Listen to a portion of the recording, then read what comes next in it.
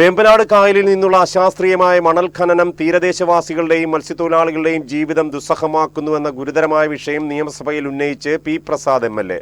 വേമ്പനാട് കായലിനെ സംരക്ഷിക്കുവാൻ സർക്കാർ അടിയന്തരമായി ഇടപെടണമെന്നും ജനപ്രതിനിധികളെ ഉൾപ്പെടുത്തി ഉന്നതതല യോഗം വിളിക്കണമെന്നും എം.എൽ.എ. ആവശ്യപ്പെട്ടു. വേമ്പനാട് കായലിൽ ദേശീയപാത വികസനത്തിന്റെ കരാർ കമ്പനി നടത്തുന്ന അശാസ്ത്രീയമായ മണൽ ഖനനം വലിയ പ്രതിസന്ധി സൃഷ്ടിക്കുന്നതായി പി പ്രസാദ് എം.എൽ.എ. നിയമസഭയിൽ ചൂണ്ടിക്കാട്ടി. ചോദ്യോത്തരവേളയിൽ ജലവിഭവ വകുപ്പ് മന്ത്രിയോടാണ് അദ്ദേഹം ഈ വിഷയം ഉന്നയിച്ചത്.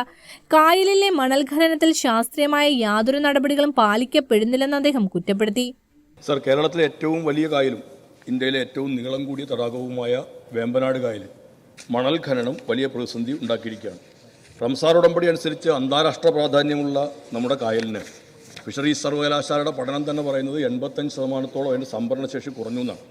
അതിൻ്റെ അടിസ്ഥാനത്തിലാണ് മണൽ അവിടെ നിന്ന് എടുക്കാനുള്ള അനുമതിയെല്ലാം നൽകിയത്. പക്ഷേ എന്നാൽ ഇപ്പോൾ നാഷണൽ ഹൈവേയുടെ കരാർ കമ്പനി ചേർത്തല താലൂക്കിലെ തണ്ണീർമുക്കം പഞ്ചായത്തിൻ്റെ കണ്ണങ്കര അടക്കമുള്ള പ്രദേശങ്ങളിൽ നിന്ന്, അതോടൊപ്പം തന്നെ ബഹുമാനപ്പെട്ട ഡെപ്യൂട്ടി സ്പീക്കർ മണ്ഡലമായ അരൂരിലെ പ്രദേശങ്ങളിൽ അടക്കം മണൽ ഖനനം ചെയ്യുന്നതിനകത്ത് ശാസ്ത്രീയമായ നടപടികൾ പാലിക്കുന്നില്ല എന്നുള്ളതുകൊണ്ട് തന്നെ വലിയ പ്രതിസന്ധി ഉണ്ടാക്കിയിട്ടുണ്ട്.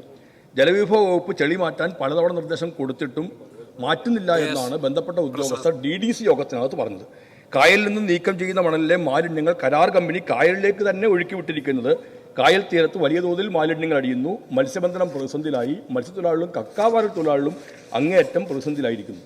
ഇക്കാര്യത്തിനകത്ത് ഒരു ഹൈഡ്രോ ജിയോളജിക്കൽ സർവേ അനിവാര്യമാണ് എന്നും ഇപ്പോൾ ഉയർന്നു വന്നിട്ടുണ്ട്. ഇക്കാര്യത്തിനകത്ത് അടിയന്തരമായി ഇടപെടുകയും ഒരു ഉന്നതതല യോഗം തന്നെ വിളിച്ചു കൂട്ടുകയും ജനപ്രതിനിധികളടക്കമുള്ളവരെ കൂടി പങ്കെടുപ്പിച്ചുകൊണ്ട് അശാസ്ത്രീയമായ മണൽ ഖനനം ഒഴിവാക്കി തീരദേശത്തെ ജനതയുടെയും മത്സ്യത്തൊഴിലാളികളുടെയും കക്കാവാരൽ തൊഴിലാളി ഇന്ന് നേരിട്ടുകൊണ്ടിരിക്കുന്ന പ്രതിസന്ധി പരിഹരിക്കാൻ തയ്യാറാവണം. അതേസമയം പി പ്രസാദ് എം.എൽ.എ. ഉന്നയിച്ച പ്രശ്നം അതീവ ഗൗരവമുള്ളതാണെന്ന് ജലവിഭവ വകുപ്പ് മന്ത്രി സമ്മതിച്ചു.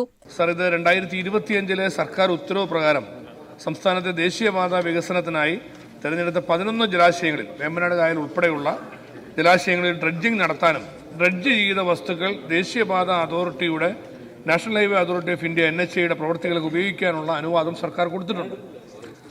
ബഹുമാനപ്പെട്ട അങ്ങുകൂടി മന്ത്രിയായിരുന്ന മന്ത്രിസഭയുടെ കാലഘട്ടത്തിൽ എടുത്ത ഈ തീരുമാനത്തിന്റെ ഭാഗമായി കുട്ടനാട് പാക്കേജിന്റെ കീഴിൽ വേമ്പനാട് കായലിലെ ദേശീയ ജലപാതയിൽ ഉൾപ്പെട്ടു വരുന്ന ഭാഗങ്ങളിൽ ഡ്രഡ്ജ് ചെയ്തെടുക്കുന്ന സ്പോയിൽ ദേശീയപാത 66ന്റെ വികസനവുമായി ബന്ധപ്പെട്ട പ്രവർത്തികൾക്ക് വേണ്ടി ഉപയോഗിച്ചു വരികയാണ്. സർ, അദ്ദേഹം ചൂണ്ടിക്കാണിച്ച പ്രശ്നം പരിശോധിക്കാം. അതായത് ഇവിടെ അശാസ്ത്രീയമായിട്ട് മണ്ണെടുപ്പ് നടക്കുന്നു, എടുക്കേണ്ട അനുവദിച്ച അളവ് കഴിഞ്ഞ് വീണ്ടും അത് തുടരുന്നു എന്നൊക്കെ പറഞ്ഞ പ്രശ്നം ഗൗരവമായി പരിശോധിക്കാം.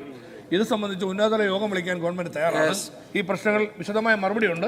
ആ മറുപടി മേശപ്പുറത്ത് വയ്ക്കുന്നു. ഉന്നതതല യോഗം വിളിച്ചു കൂട്ടി ഇക്കാര്യങ്ങൾ ബന്ധപ്പെട്ട ജനപ്രതിനിധികളുടെ സ്ഥാനത്തിൽ പരിശോധിച്ച ശേഷം ആവശ്യമായ ഇടപെടൽ സർക്കാർ നടത്തുന്നതായിരിക്കും. അനുവദിച്ച അളവിൽ കൂടുതൽ മണൽ എടുക്കുന്നുണ്ടെന്നതും അശാസ്ത്രീയമായാണ് ഖനനം നടക്കുന്നതെന്നുമായ പരാതികൾ സർക്കാർ ഗൗരവമായി പരിശോധിക്കും.